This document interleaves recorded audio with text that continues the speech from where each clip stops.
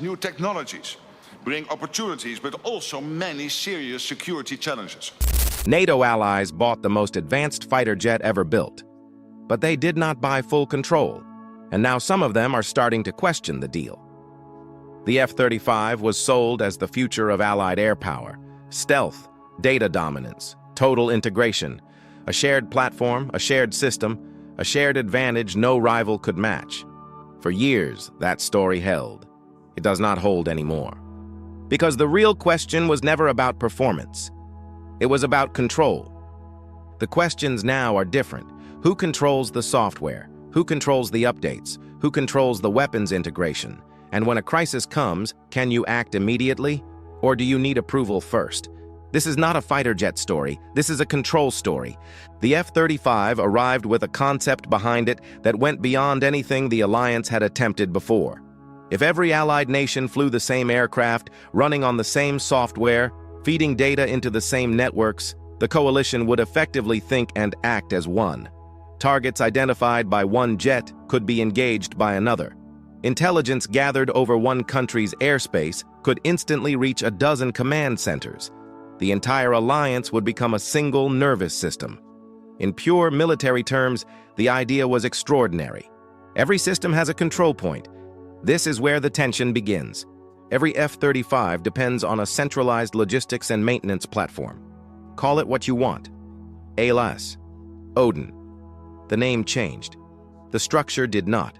It manages everything. Maintenance, parts, software, mission data. And it does not sit inside the countries flying the aircraft. It sits under American oversight, with Lockheed Martin at the center. The countries flying it feed into the system. They do not run it. You own the aircraft, but not the system that makes it work. Mission data files sit at the heart of this. Before any mission, the aircraft needs to know what it is facing. Radar signatures, missile systems, electronic threats. That knowledge comes from mission data. And at the highest level, that pipeline is not controlled locally. Allies contribute. They do not own it. Without current mission data, the aircraft loses its edge. The intelligence guiding the aircraft does not fully belong to the nation flying it. You own the aircraft, but not the intelligence that guides it. Software works the same way. Updates, capabilities, threat libraries, they move through a managed pipeline. You receive them. You do not control the timing. And in a fast-moving crisis, timing is everything. When the threat shifts overnight, you need updates immediately, not when the pipeline allows it. That gap between need and permission is not a technical inconvenience. It is a vulnerability. You own the aircraft, but not the decisions about when it gets smarter. Weapons integration adds another layer. The aircraft supports an approved list. Anything outside that list needs approval, needs time, needs alignment with a system you do not control. For countries that manufacture their own munitions or that want to integrate weapons outside the pre-cleared catalog, that process creates friction at exactly the moment when friction is most dangerous. You own the aircraft, but not fully what it can carry. Individually, these dependencies seem manageable. A logistics platform run from abroad, a software update schedule you cannot control, an approved weapons list you cannot easily expand, but add them together and a picture emerges that is different from what the original pitch described. An aircraft that is operationally sovereign only within boundaries set elsewhere. Boundaries that were never advertised as boundaries. They were presented as the natural architecture of alliance cooperation. The distinction between those two things is exactly what some NATO members are now starting to examine very carefully. Canada brought this into the open. Costs rose, delays grew, readiness stayed low. Those were the visible problems. Then politics changed everything. When the country supplying your aircraft also starts pressuring your economy, dependency stops being technical. It becomes strategic. The calculation shifts entirely. You are no longer asking whether the aircraft performs well. You are asking if the country holding the keys is also the one applying pressure. You own the aircraft, but the supplier shapes your options. Prime Minister Mark Carney said publicly what many in Ottawa had been thinking privately. Canada needed to reduce its dependence on American systems. A formal review of the F-35 deal followed. The aircraft that had lost in earlier evaluations, Sweden's Gripen E, walked back into the conversation, and Canada was not the only country watching. It was simply the one speaking loudest. Inside Europe, the dynamics run deeper and quieter. Germany, Italy, the Netherlands, Norway, Denmark, and Belgium are all flying or committed to flying F-35s. Most of those agreements were signed during a period when American reliability inside the alliance felt like a given. Something assumed rather than calculated. That assumption has weakened.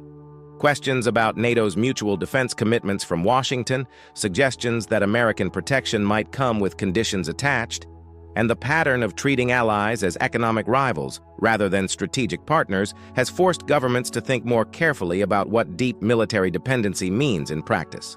Not in the best case, in the difficult case, in the case where the relationship is strained and the clock is running. The risk is not dramatic. It does not require imagining the United States remotely disabling Allied aircraft overnight. The real risk is subtler. A software update was delayed because political relations have cooled. An emergency weapons integration stalled because approvals sit inside a foreign bureaucracy. Intelligence sharing is constrained because Washington decides certain information stays within American channels. None of these require a breakdown. They only require friction. And friction at the wrong moment is its own kind of catastrophe. You own the aircraft, but you do not control the conditions under which it reaches full capability. France never bought the F-35. Paris made that decision long before the current wave of questioning. France maintains its own fighters, its own missiles, its own nuclear deterrent. Purchasing an aircraft whose operational core sits inside another country's control structures was never compatible with French strategic culture. For years, that choice looked like stubbornness. It is starting to look like foresight. Greece drew a similar conclusion through a different path. Athens built a significant portion of its air power around French Rafales, aircraft that come with full sovereign control over software, weapons, and upgrades. When Greece operates a Rafale, it operates with genuine ownership, not dependency dressed as partnership, actual control. The contrast with the F-35 arrangement is not subtle. Sweden's entry into NATO added a dimension few anticipated. Stockholm brought a fighter program built around a fundamentally different philosophy of ownership. Nations that buy the Gripen E receive full access to the software source code. They can modify systems, integrate new weapons, and manage upgrades without external approval. The aircraft was engineered for dispersed operations, capable of launching from road strips of roughly 800 meters, refueling and rearming in under 10 minutes with a small crew. Operating costs sit at a fraction of what the F-35 demands per flight hour. And the nation flying it owns its operational capability in a way that is practically and legally real. Sweden designed it that way because it had no alternative. A neutral country preparing for possible invasion without guaranteed Allied reinforcement could not afford to depend on a foreign power for the operability of its own air force. That necessity produced a design philosophy that now looks remarkably relevant to the questions NATO allies are asking about their own arrangements. What was born from vulnerability has become a model for sovereignty. Ukraine has absorbed a version of this lesson under the harshest possible conditions. Operating under fire, Kyiv has experienced directly what it means to depend on Allied supply chains, software updates, and weapons approvals during an active war. The limitations are not theoretical in Ukraine. They appear in mission planning, in the gap between what the aircraft can do and what it has been cleared to do. Ukraine is now evaluating the Gripen as a potential future platform. The war is providing data that no peacetime exercise could generate. The most consequential shift inside the alliance right now is not the cancellation of any particular contract. It is a change in how nations think about what defense procurement actually means. The old framework placed interoperability at the top. If your systems could talk to American systems, you were protected and contributing at the same time. The new framework is adding a second variable that the old one underweighted: sovereignty. What can you do when the alliance is under strain? What can you do when Washington is distracted, divided, or applying direct pressure? What can you do without asking for permission? Those questions are uncomfortable inside an alliance built on trust.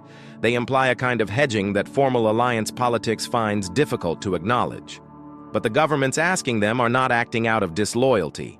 They are responding rationally to an environment that shifted beneath them, an environment where mutual defense commitments were questioned publicly, where tariffs were used against allied economies, where the word ally began to carry conditions it never used to carry. The F-35 remains a formidable aircraft. Its sensor fusion, stealth profile, and data-sharing capability are genuine advantages that no competitor fully replicates. For the scenarios it was designed for, the case is real, the technology is real. But the promise was built on assumptions. Assumptions about partnership, assumptions about political stability, assumptions about whether dependency was a detail or a vulnerability. The countries reconsidering the deal are not rejecting the technology. They are questioning whether the terms of the arrangement match the world they actually live in today. That is the question moving through NATO now. Not loudly, but everywhere that matters. Not does the aircraft work, not is it advanced, not is it stealthy, but who controls it when the pressure starts? Because owning the jet is one thing, owning the decisions behind it is something else. And that is the part more allies are starting to question. If this is the kind of analysis you want more of, make sure you are subscribed so you do not miss what comes next.